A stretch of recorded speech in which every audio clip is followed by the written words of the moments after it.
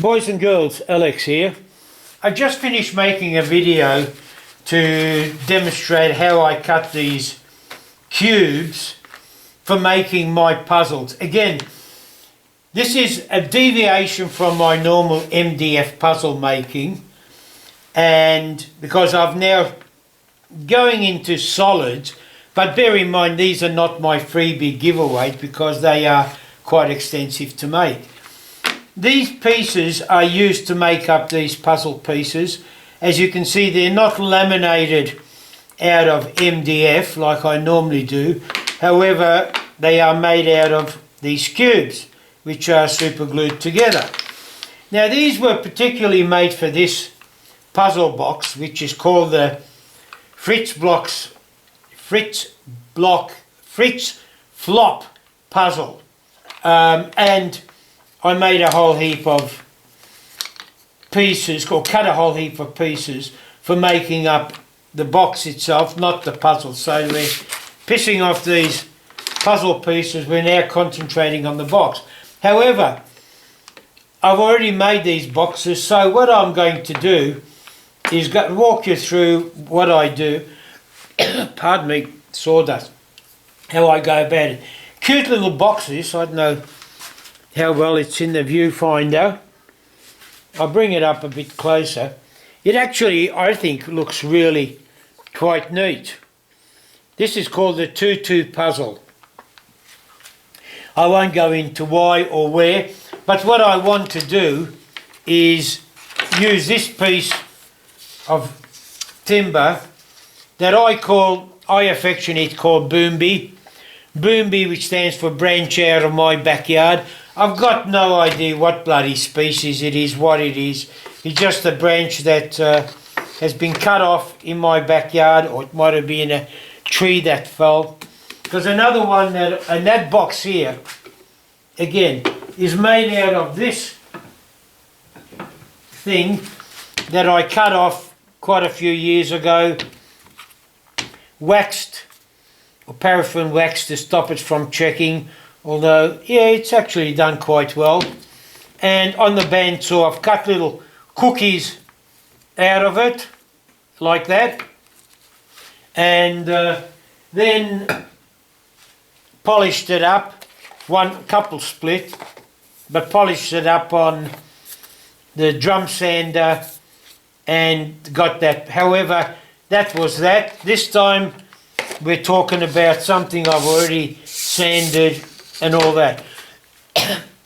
What I've got is I've got MDF lasered pieces that just give me an approximate size of what is required. Now, what I've got also for this is on the laser, I've cut out these templates that I use. Now, the template is the size of the base. I don't know whether this is the same base. No, it's a slightly bigger, but I can still use this to get the rough. Hang on, are you seeing this where I am down this end? You're just getting it in the picture. I'll move it along. It'll give you a rough idea of what it is, so I can just sketch it out before I take it over to the saw. Now, that gives me the base. The base is going to be on the inside. So basically, two sides, you've got the base, so that's going to be a square. Whoops, try again. That's the base. That's the square sides.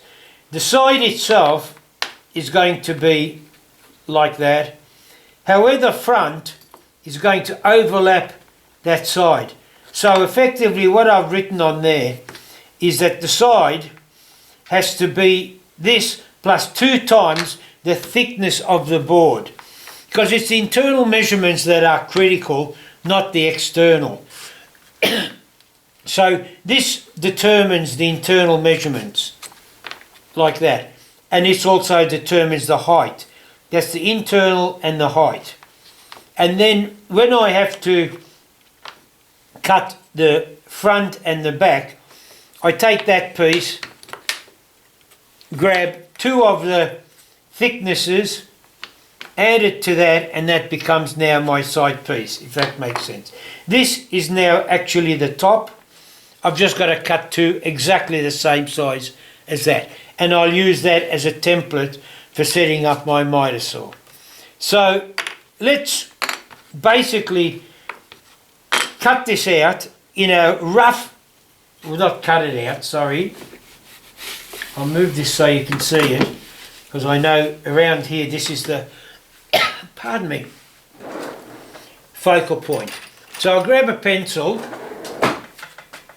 and this is the base, so I'm going to concentrate on that first. I'll put a B on it for base. Now, this is going to be the front.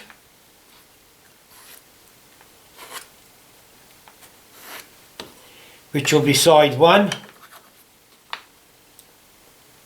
This will be one of the sides. I better make sure. Again, bear in mind that this is now, hang on, I'll use this one because this is more the correct size. That's going to be side 2. I'll use this for side 1, for side 3. It's not quite the same, but as I said, it gives me the rough dimensions, so when I start cutting, I'm not going to worry about wastage because I'm not going to get much scrap left over out of that. And for the top, this will have to be something like this and that. Okay, that's really top, side 1, 2, 3, 4, and that's effectively going to be my layout. I've got a straight edge here, which is good. Normally I don't have a straight edge. However, I'm not as interested because I prefer to keep the pattern in the middle where all these little frecks and stuff are. Is too bland down the bottom, so I'm going to try and centre it. Look, I'm not trying to make it flow around the corner, but try and make the box a little bit more interesting. Alright, over to the mitre saw. Over at the Capex, my mitre saw, as I said, I'm not worried as much about wastage, so I'm just going to cut these roughly to size to start off with. Okay?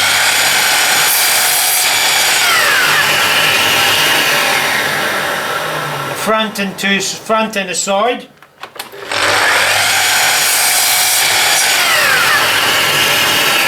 Another front and a side.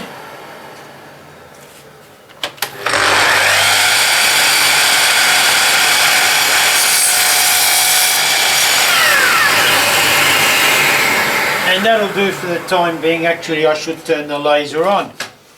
Okay, now the first thing I've got to do is cut the base. Now I've got a straight edge here, so look, I'll try and keep it as close to what I've drawn. Sorry, first of all, I'll try and trim it down, get rid of this bottom non.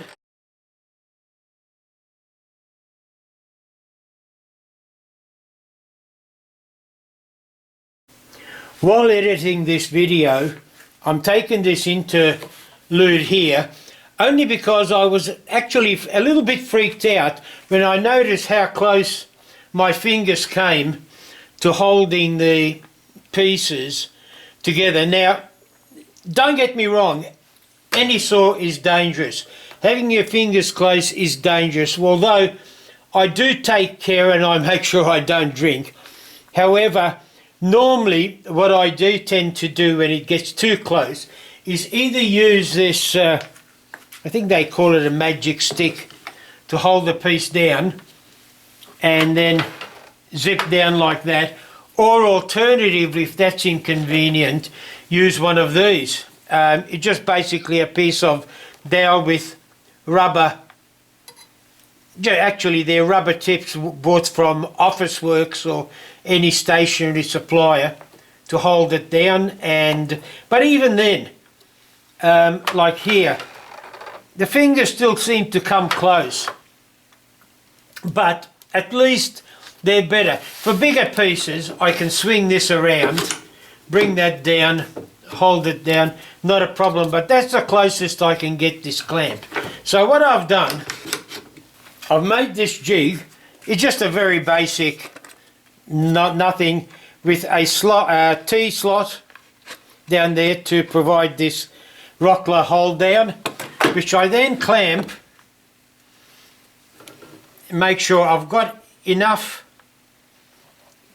clearance to clamp the small piece, yet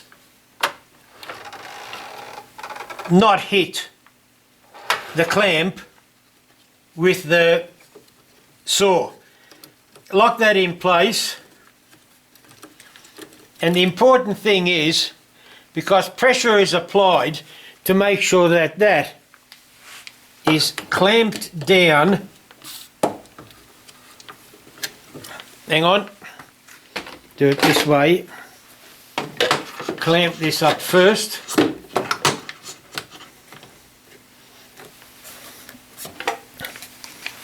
And put another clamp here.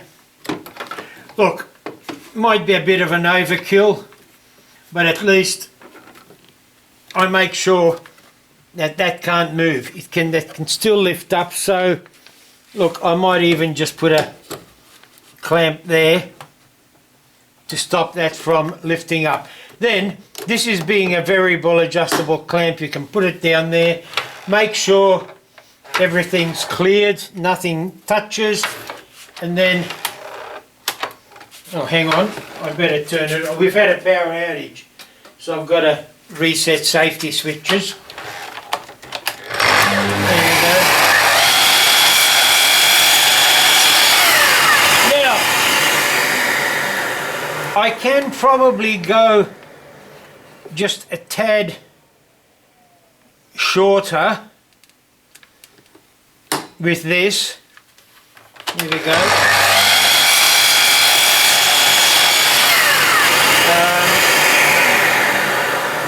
Not much shorter than that. Look, anything other than that, I would definitely use a,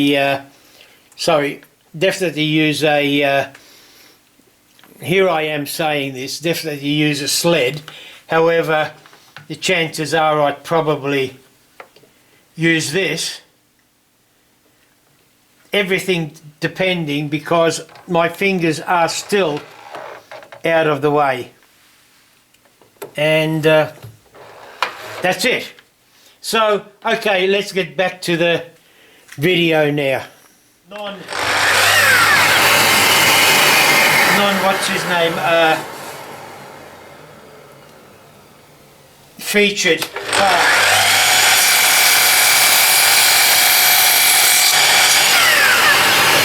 Okay, now the first thing to do is grab my template, which is here. Drop the saw, lock it, then push the template against the, make sure I'm touching the teeth.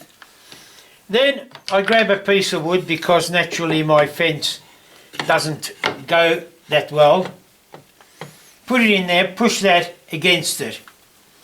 Then I'll lock that fence into place. Now that should be the thickness of the sides.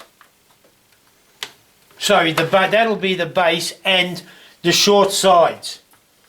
So we've got the base here. Oops, I've got to go this way. I've already got the measurements. Put that against, so you'll have to bear with me. You mightn't be able to see it. Again, very carefully making sure the fingers are out of the way.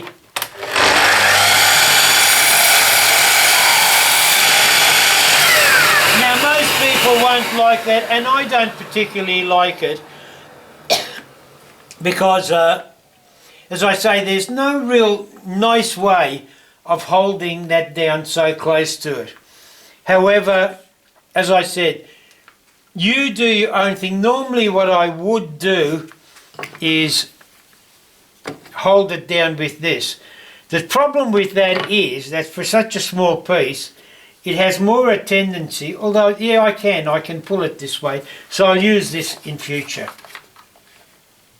But you've got to make sure you're pulling it away.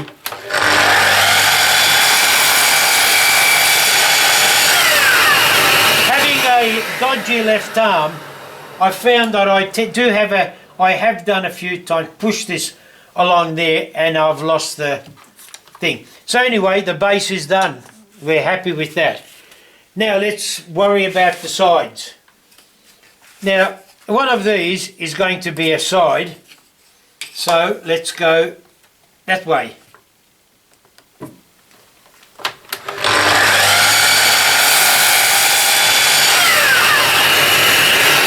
That is one of the sides, and here this is going to be another one of the sides. Oops, let's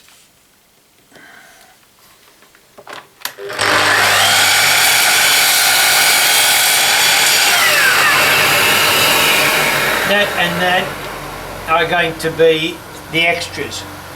Okay, now what we need, oh, that's my compressor, to worry about is, let's do the length of these. The way you do it is, effectively the length is going to be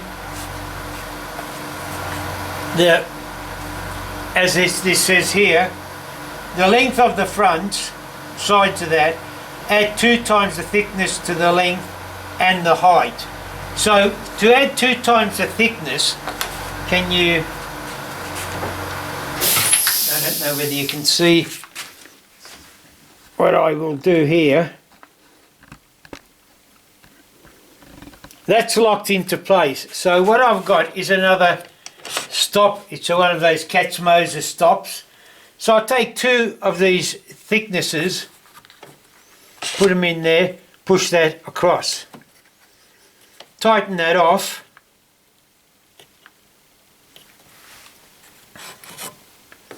And now I can loosen this, move that up,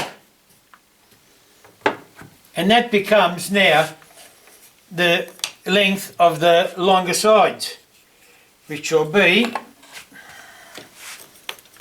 hang on, the bottom is done, so I'll put that aside because that's already done. Put that aside, grab my stick, pull. Oh, you see, I've nearly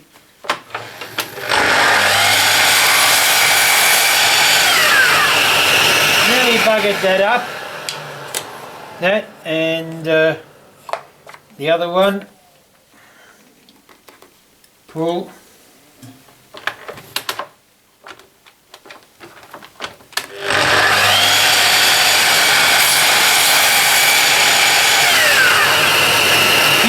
Think it's normal, but I've got a dodgy left arm and I'm normally right-handed, and when I'm trying to pull this down, this other side moves, which I don't particularly like.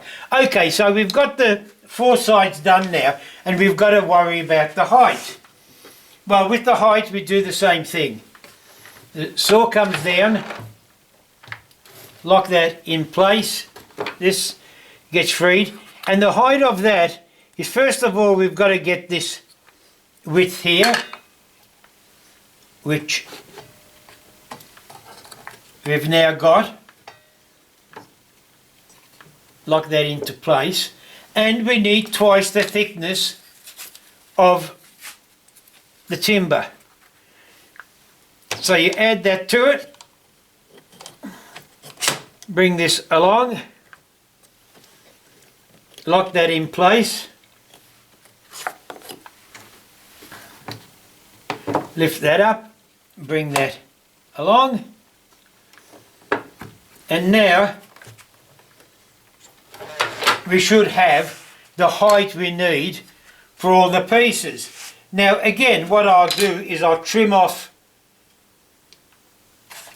let's see, yeah, trim off this ordinary part of it.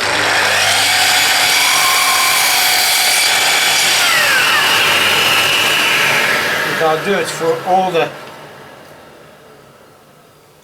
that side one. No, actually, look, I'll actually cut this to height. No, look, you'll have to bear with me with my bed. No, actually, I do feel more comfortable with that now. Just make sure I'm...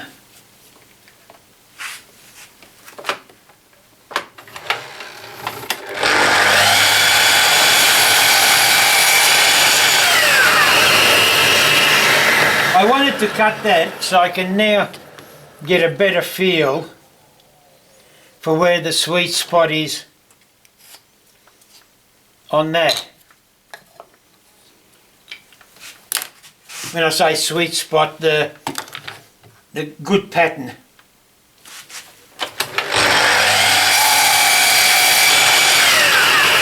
Got that. Let's use that for this as well. Pencil. That, and I'll do the same. God, I hope you're getting all this in. I'm concentrating on this rather than what I'm filming, but when I play around with the saw, I'd rather bugger up the filming than bugger up my hands. So let's trim this to... Get that out of the way, we don't want that flying all over the place. One more.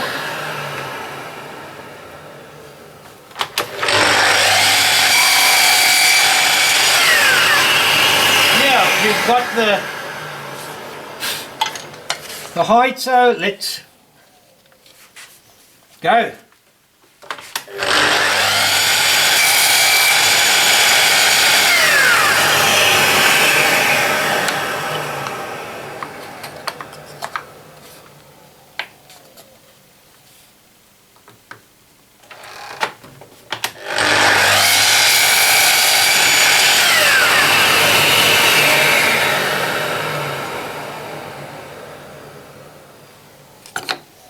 Going to say, what number is that? Not that it matters what number it is.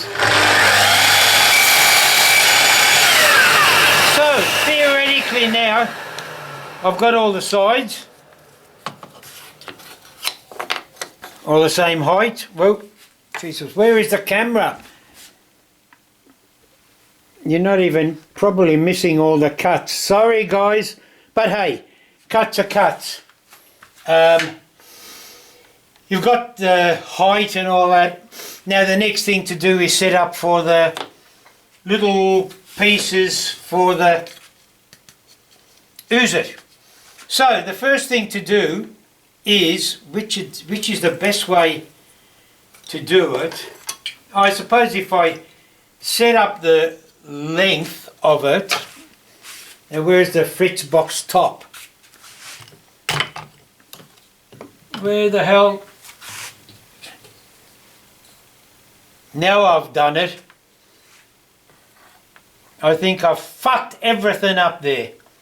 Because what I've done is I've cut to the Tutu, the Fritz Flop, Fritz box, not, yes I have, not the Tutu. Bugger it. Oh well, I'll have to, what will I have to do? Oh well, looks like I've got another Fritz Flop. Bugger it, that's not what I wanted. I knew I should have, oh shit. Okay, but you've seen basically the method I've gone through. Now, I don't think No. I'll have to make the... Well, look, I'm not going to bore you reckless with regards to this, because naturally I've got to now set this up for cutting the top. I use the same, exactly the same procedure for the Tutu box. The difference is naturally different templates, and for God almighty, I'm annoyed because I'm going to have now 2 of these for the Fritz box. Not that it matters, because I think I like the Fritz Flop better, although the Tutu is a harder puzzle. So anyway, look, I'm going to leave it at that. I don't know whether I'll get into the gluing up or the assembly. If I don't, uru. If I do, I'll either tag it on or make another video. But either way, uru for the time being. Keep safe. One of the processes in making the box, I use a vacuum pump there to hold the pieces, but that is the vacuum pump I use. Leads off to this yellow box, which is actually the foot-powered lever. It's a 5-way switch which permits you to turn it on, off, as opposed to this unit that I have, which actually releases it, but you've got to keep the pressure on it. Then once you lift it, it holds again. That one toggles the holding power. Then what I have leading off that is I'll take you over to my sander. At the sander, here are all the pieces.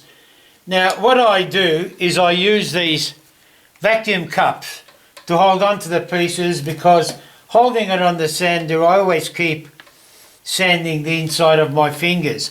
So rather than that, I use this and I sand the inside of the box, which I'm then going to buff and assemble it so it'll be buffed on the inside. Now turn the vacuum pump on. Oops, you'll hear it. There's nothing here, so turn the switch on, and that holds it beautifully. Hold it enough that I can then control it on the sander.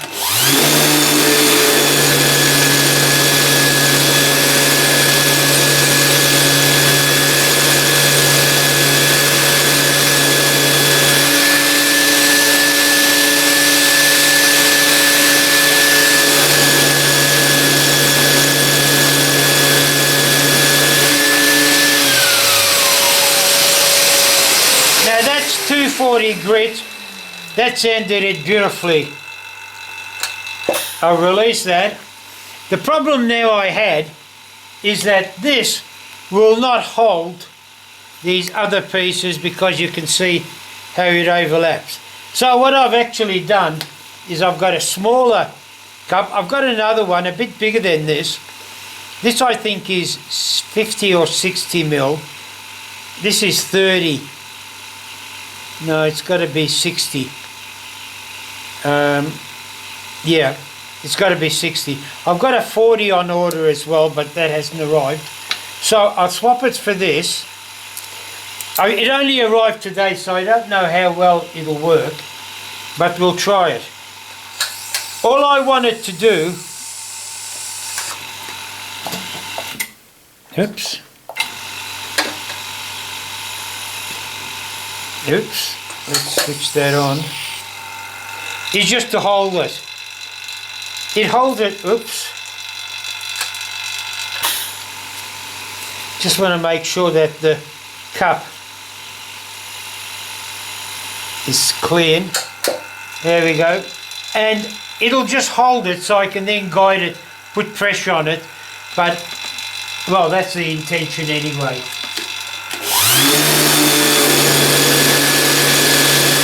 Now, 2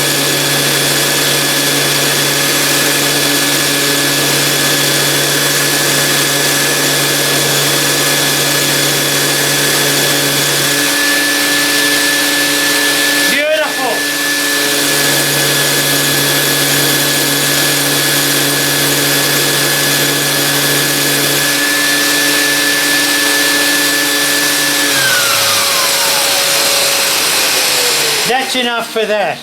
Now, hopefully you can see it. The one thing that I have to be careful of is to make sure that I keep an eye. Hang on, let's move the camera. Oh, damn this. Hang on. Keep my eye on this inline filter. Oop, there it is. Because when the sawdust gets in there, depending on the size, the porosity of it and all that, that gets clogged up. That can get clogged up very quickly, and I don't want that shit going into my vacuum pump. Anyway, that's basically it for the sanding. I've showed you how I use my air cups. I should have a video on it somewhere, so check it out if you're interested. If not, well, uru and keep safe. For all it's worth, how else would you hold a small piece like that for sanding? To me, it's the only way. Check this out.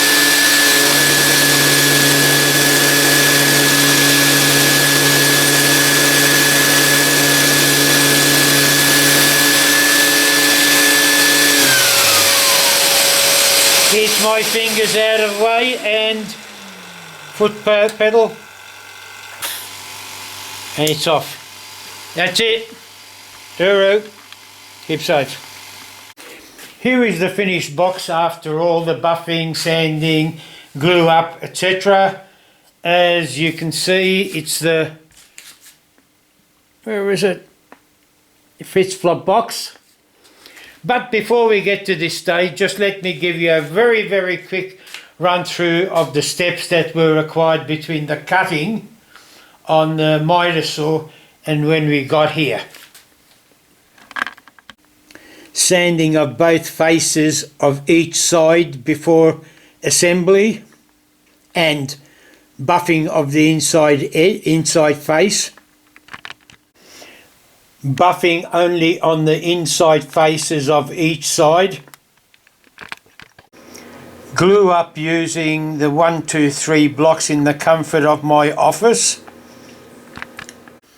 Sanding flush of all the outside faces of the assembled box on my inverted Festool belt sander.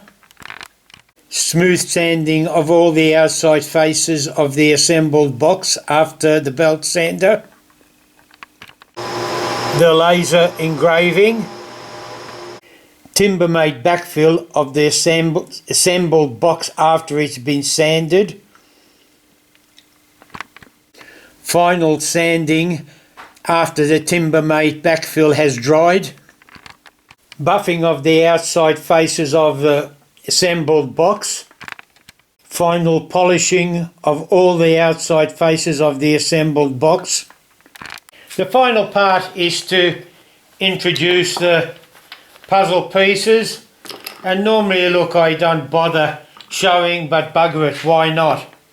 Solution goes in, flipped on its side, and this is gonna, I knew I shouldn't have bloody tried this. That piece goes straight in, followed by this little piece which has to be twisted, and it's used to hold down that one piece to bring that L shape across. Whoops, you probably didn't see that. Then that little piece, that straight piece, slides across. That lets you drop this down, move that across. This bit goes in there. Oops. Let's try that again. There, and slides across. That piece goes in there, and there you have it, the solved box. That's it, boys and girls.